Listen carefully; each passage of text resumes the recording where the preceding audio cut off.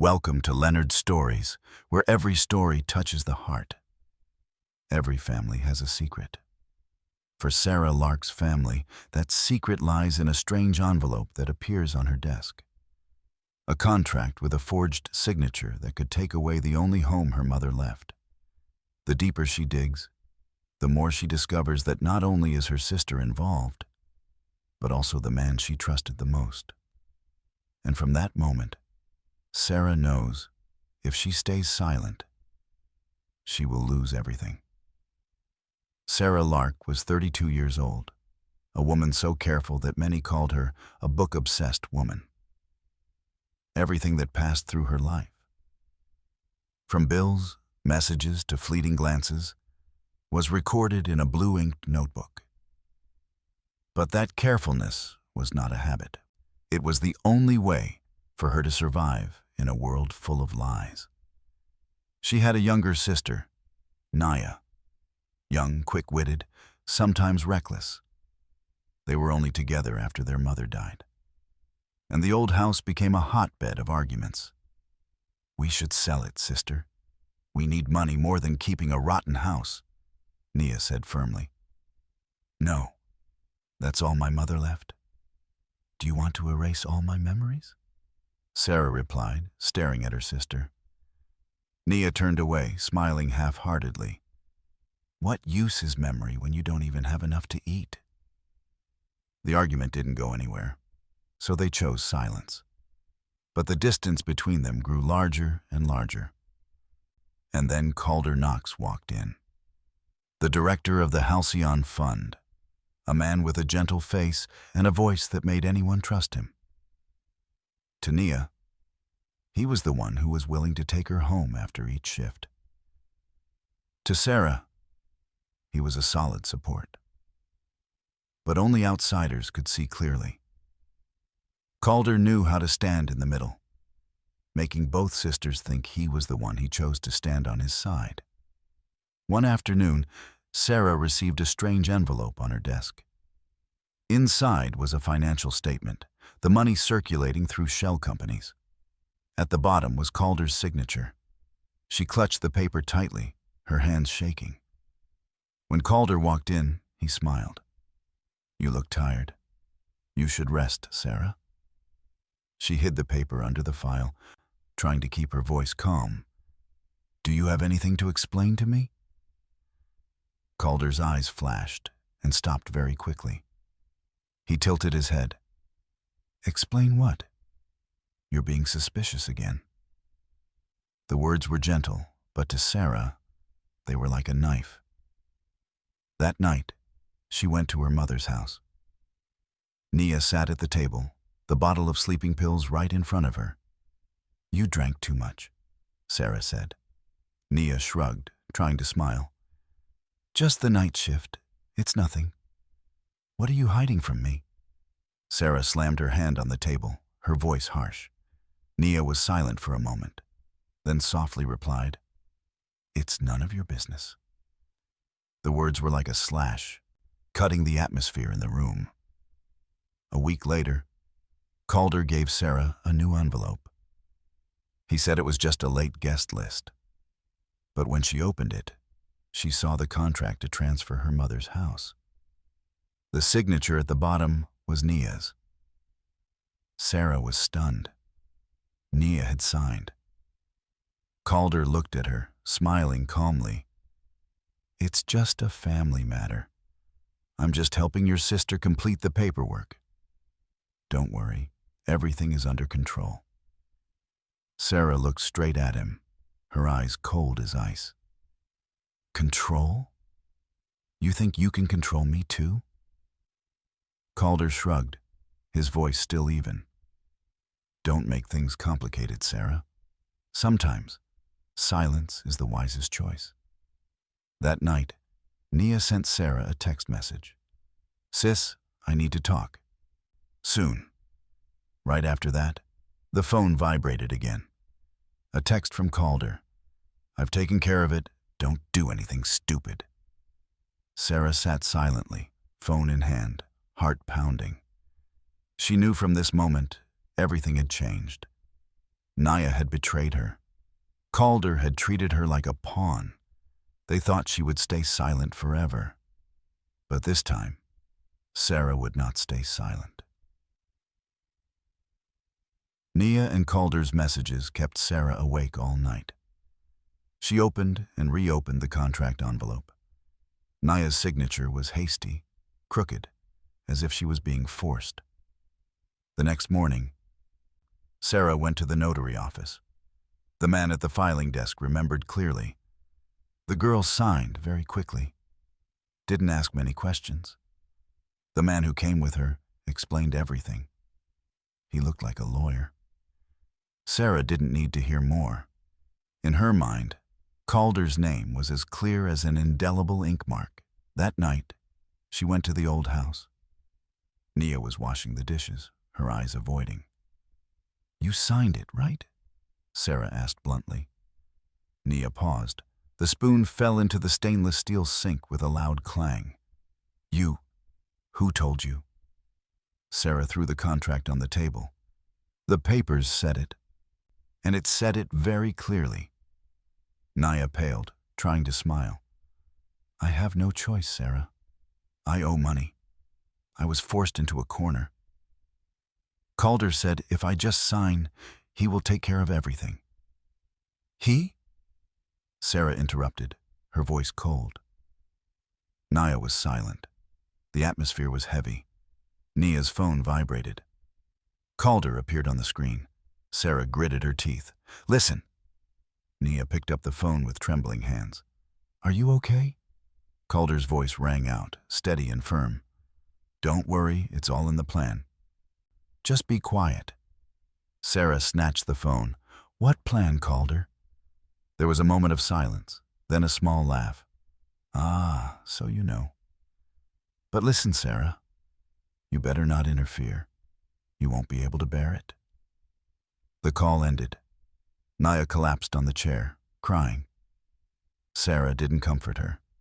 She stared at the contract on the table, then quietly wrote in the notebook, "There is no turning back." That same night, when Sarah drove back to her apartment, she noticed a black sedan following behind. After 3 turns, it was still following closely. She tried to turn sharply onto a side street. The car followed. Her heart pounded, her hands gripping the steering wheel tightly. She pulled into a brightly lit convenience store. The car stopped at the corner. The headlights flashed once and then went out. In the moment of light, Sarah clearly saw the person in the driver's seat. A strange man. But he was holding a phone, as if he had just reported to someone. Sarah hurried into the store, pretending to choose something, but her eyes were still watching through the glass. The car was still running, not moving. She took out her phone, texted Nia. "Someone is following you. Don't go out alone." But just a few minutes later, another message popped up from an unknown number. "Don't make things difficult for yourself, Sarah. Let's just keep things simple." She gripped the phone tightly, sweat forming on her palms.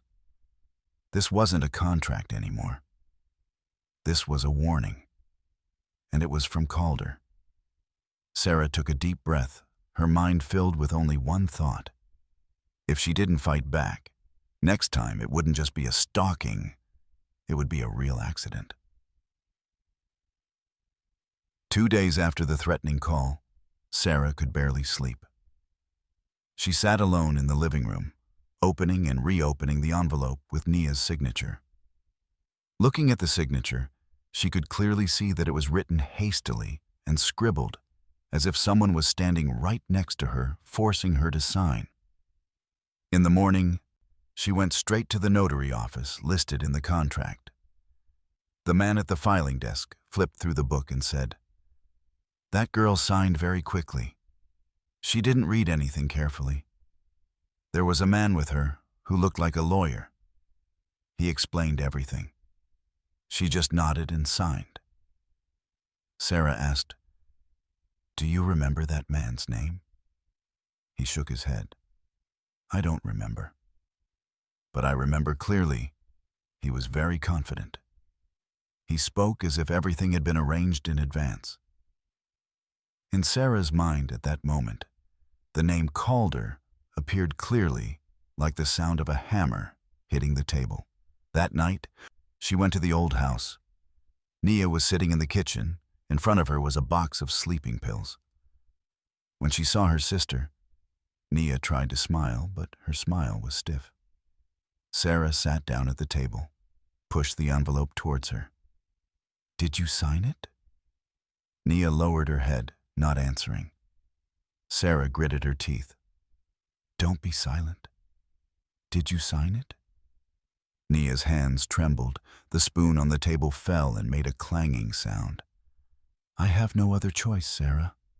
I owe money. I was cornered. Calder said that if I just sign it, he will take care of everything." "Did you?" Sarah asked again, staring.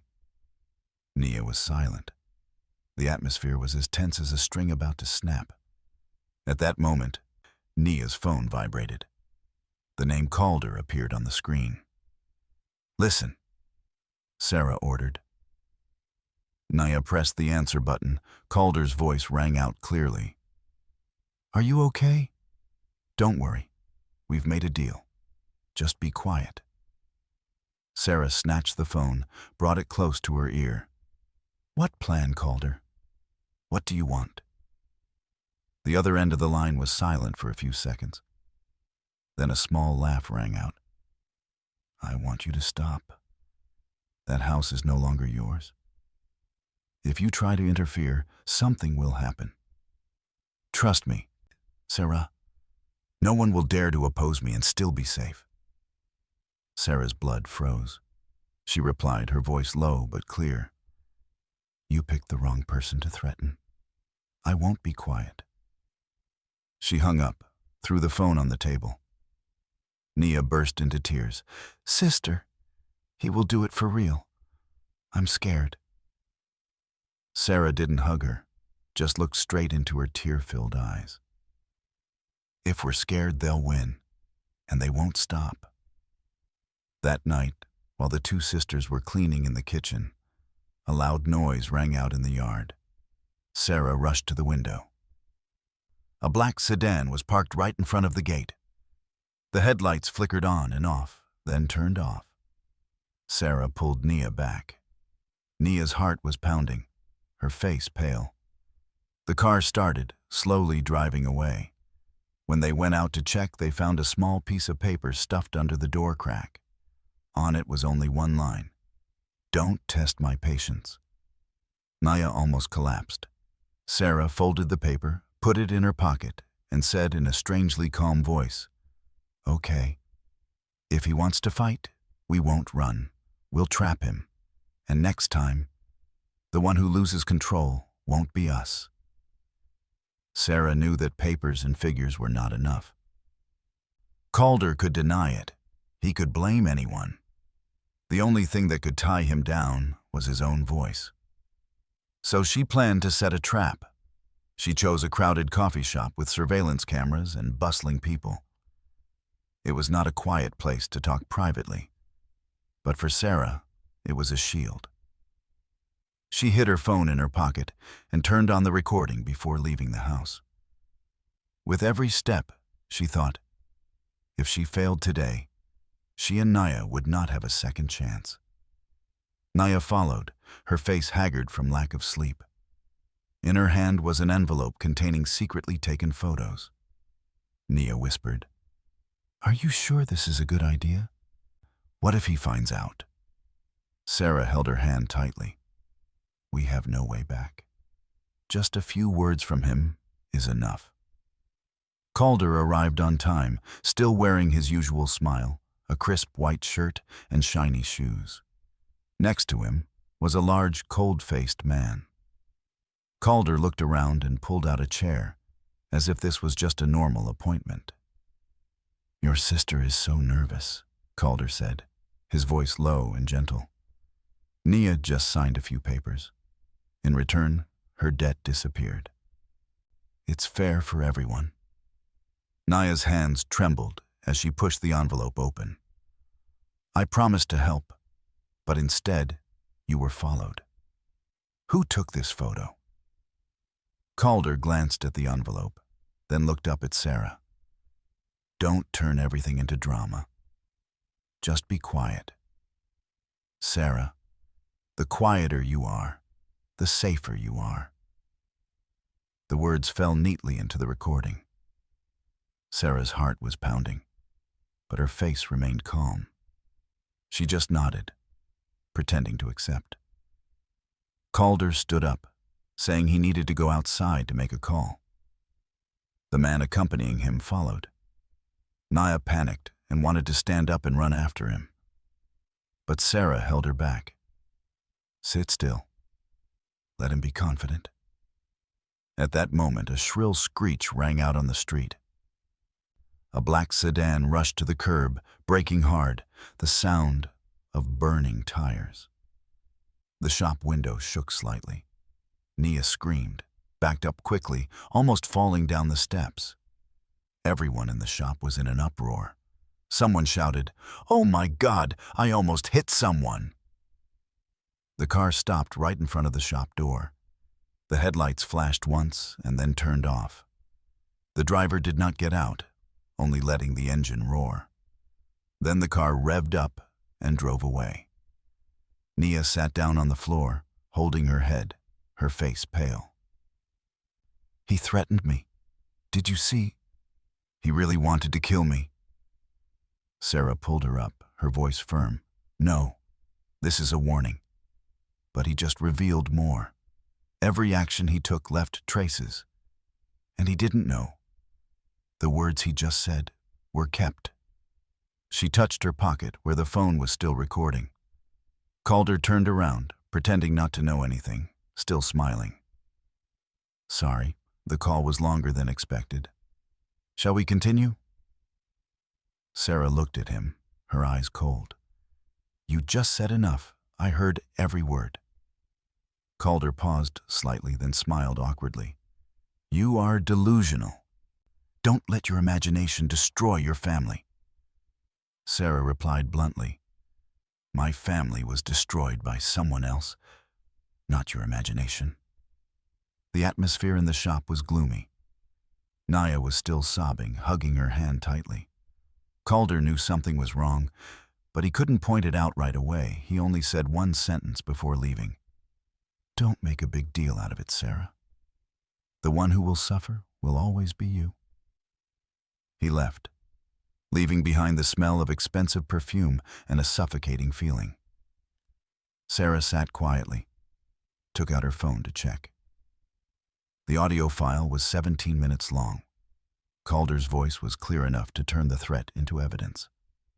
She wrote in her notebook, the words carved like knives. There is evidence, but he will fight back. Outside, the city was still noisy, but inside Sarah, everything was strangely quiet. She knew that from this moment, the real battle had begun. After the coffee shop meeting, Sarah knew Calder wouldn't sit still. And sure enough, the counterattack came quickly. 2 days later, Sarah's phone received an email from an unknown address. The subject line, Information on Halcyon employees. It contained a photo of Sarah sitting in the company's data room, with the accusation, she hacked and stole internal files, request to investigate. Sarah was stunned. The scene was indeed her, but only half the truth. There was no evidence that she copied the data, just a picture of her sitting in front of the server. But to Calder, that was enough to make up a story. That afternoon, the HR manager called her in. His voice was cold. There are reports that you hacked into financial data. Do you have anything to explain? Sarah kept her cool. I just checked the files as a daily job. Who reported me? It's not convenient to reveal, but we'll suspend you for investigation. As she walked out of the room, Sarah felt like the floor was tilting. Just as she had expected, Calder wasn't just using threats. He was also trying to discredit her, making the evidence she held lose its value. That night, Nia ran to Sarah's apartment in a panic, holding a tabloid newspaper in her hand.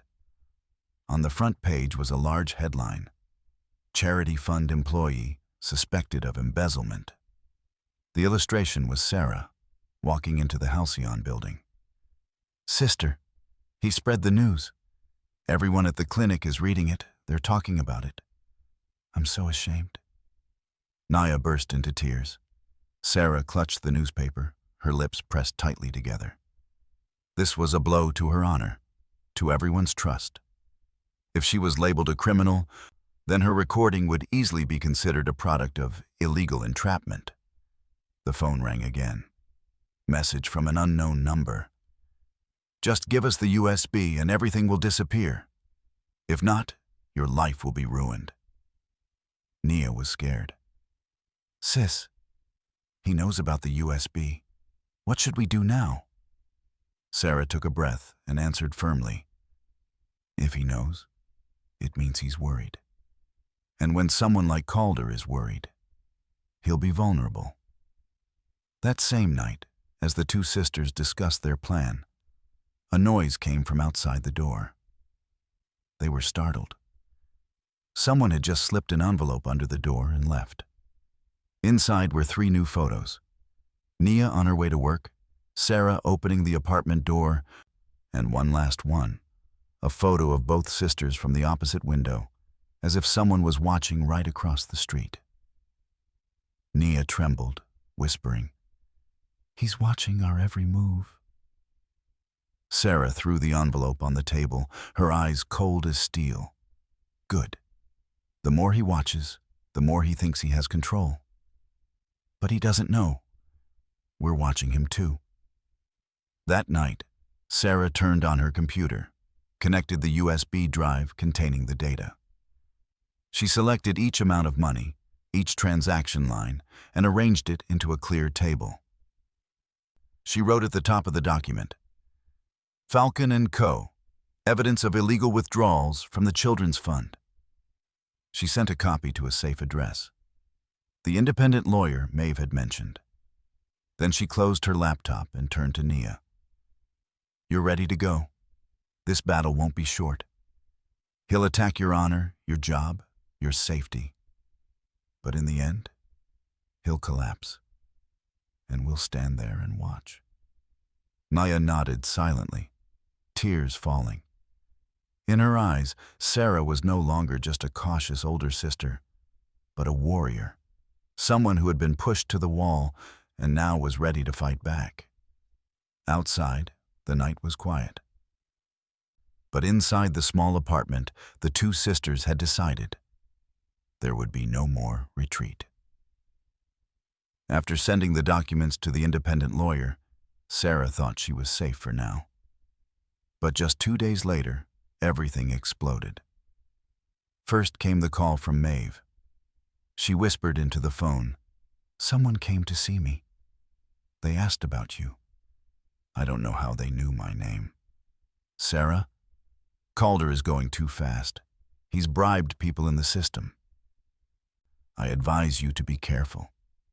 Sarah gritted her teeth. "He dared to come to you, which means he knows who I asked." "Yes, and he won't stop." That afternoon, Sarah called Nia. The phone rang and rang. She panicked and ran straight to the clinic where Nia worked. In front of the door, the ambulance lights were flashing. One of Nia's colleagues shouted, "Nia was hit by a car, right in front of the alley. The driver ran away." Sarah froze. She rushed over and saw Nia lying on the stretcher, blood dripping from her temple. Nia was still conscious, her eyes half open, her voice weak. "Sister, the black car, just like the last time." The people around her whispered. Some said it was Nia's carelessness. But Sarah understood immediately. This was not an accident. This was a message. In the hospital, when the doctor took Nia to the emergency room, Sarah sat alone in the hallway. Her heart was pounding, her sweat was cold. A text message came at the right time. Don't try anymore. The next person might not be saved. Sarah stared at the screen, her hands clenched so tightly that blood oozed from her nails. When Nia was stable, she was transferred to the recovery room. Nia held her sister's hand, crying, "I'm sorry for signing, for trusting him. Now he wants to kill me to shut me up." Sarah stroked her hair and whispered, "No, Nia. He won't kill you. I promise. He will pay." That night, Sarah sat in her car, just outside the hospital parking lot. She opened her laptop and checked Calder's recording. His voice was clear. Whoever makes a fuss will be held accountable. Now he had shown what accountability meant. She wondered if she should go public right away. Send it to the press, to the investigating agency. But she also knew, if she did it carelessly, Calder would twist the story. He had money, people, and hidden power. The car window tapped lightly. Maeve stood there, her eyes worried. She sat in the passenger seat and handed Sarah another small USB drive. "I have a copy of the data he transferred to the underground bank. This is strong evidence. But if you go public, make sure you're willing to pay the price." Sarah took the USB drive and took a deep breath. The image of Nia lying on the stretcher, blood running down her cheek, echoed in her mind. Fear turned into fire. She whispered, as if to herself, "He used blood to threaten. Now it's my turn to use the truth to destroy him." That morning, Sarah dressed simply. Old shirt, hair tied back, Maeve's USB hidden in her pocket. Her phone was set to record, and an email timer was ready. If she didn't cancel, the file would send to lawyers and journalists. Before leaving, she told Nia at the hospital, "Stay here. Don't pick up strange calls." Nia whispered, "Be careful. If he—" "No. Today he'll show his face." Maeve met her at Halcyon. They entered the boardroom where Calder waited, calm as ever, with his silent bodyguard. Sarah placed a file on the table. "I have the cafe recording. I have proof of funds siphoned into Falcon and Coda. Today, you admit and repay." Calder laughed softly. "You're the one in danger, Sarah. Illegal recordings, stolen files. You'll lose first." The bodyguard leaned close, hand heavy on her chair. Maeve snapped a quick photo of the page. Calder lowered his voice. "Resign. Stay quiet. I'll pay. Your sister will be safe." "No," Sarah said coldly. "You sign and return the money." The door opened. An older lawyer and a young woman with a recorder stepped in. Maeve introduced them as independent counsel. Calder's mask slipped. "This isn't on Halcyon's schedule. Leave."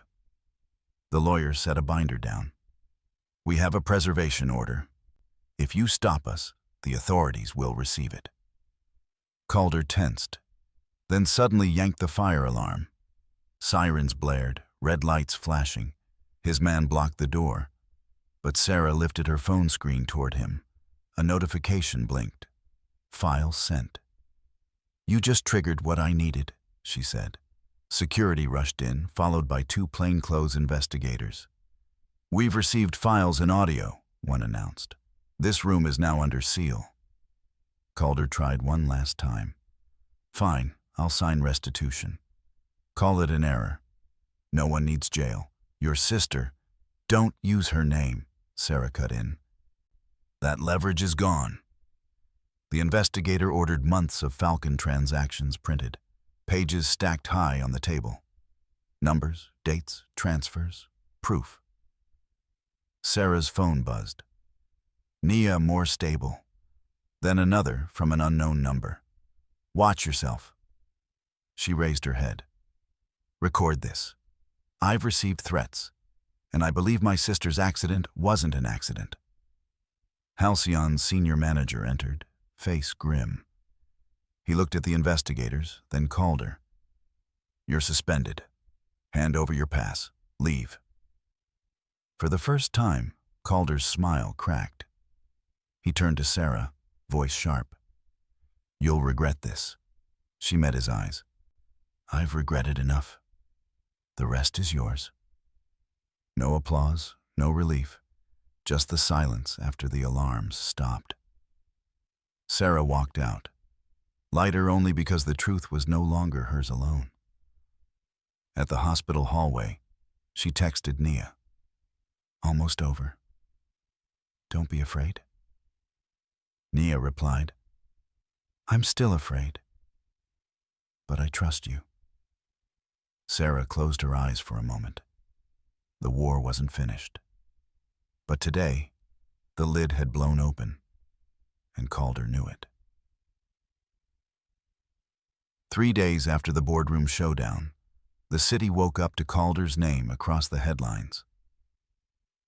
Halcyon director under investigation for misuse of charity funds. Millions diverted from blind children's program. The cafe recording had leaked.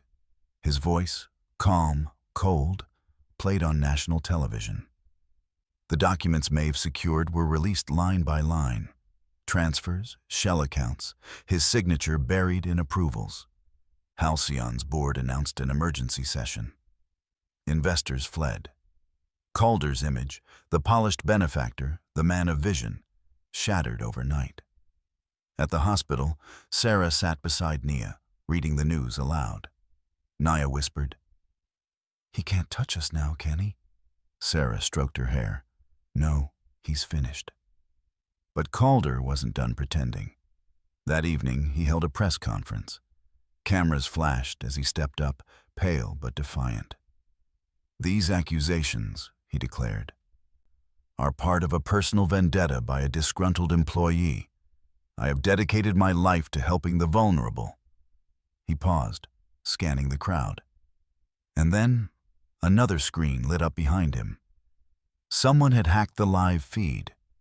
On the giant backdrop, not his speech, but his private emails filled the air. Messages to his banker. "Shift the funds quietly. Use Falcon again." A photo of him with a luxury yacht bought the same week children's programs announced budget cuts. The crowd gasped. Reporters shouted over one another. Calder's face drained. Maeve's voice, calm and steady, rang from the speakers. "Mr. Calder, do you deny this account? Or this signature? Or the car registered in your name, purchased through the charity's trust?" He stammered. This is out of context." But then the final nail. A video clip from the hospital security camera. The same black sedan, idling outside, headlights flashing, tied directly to Calder's driver. The press erupted. Police stepped forward through the crowd. Calder froze as handcuffs clicked shut around his wrists. Cameras caught every second. Inside the hospital, Nia laughed for the first time in weeks. "Justice," she whispered. "Real justice." Sarah exhaled, her shoulders finally sinking. For the first time, she wasn't holding her breath. Days later, Halcyon announced restitution. Every stolen dollar was being forced back into the program. Maeve took over as interim director. The children's clinic reopened with new equipment, funded by Calder's seized assets. At home, Sarah pulled out her blue notebook. She crossed out the last line she had written weeks ago. "He thinks no one will stop him." Beneath it, she wrote slowly, carefully, "He was wrong." Nia leaned against her shoulder. "So it's over?" "Yes," Sarah said. "It's over. For him, for us. It's a beginning." On the evening news, Calder's mugshot appeared, no longer the smiling executive, but a man stripped bare, eyes hollow. And for everyone watching, the employees, the children, the families, there was a moment of silence, not of fear, but of relief. The predator had fallen. Sarah closed her notebook, turned off the TV, and whispered, "We don't live in his shadow anymore."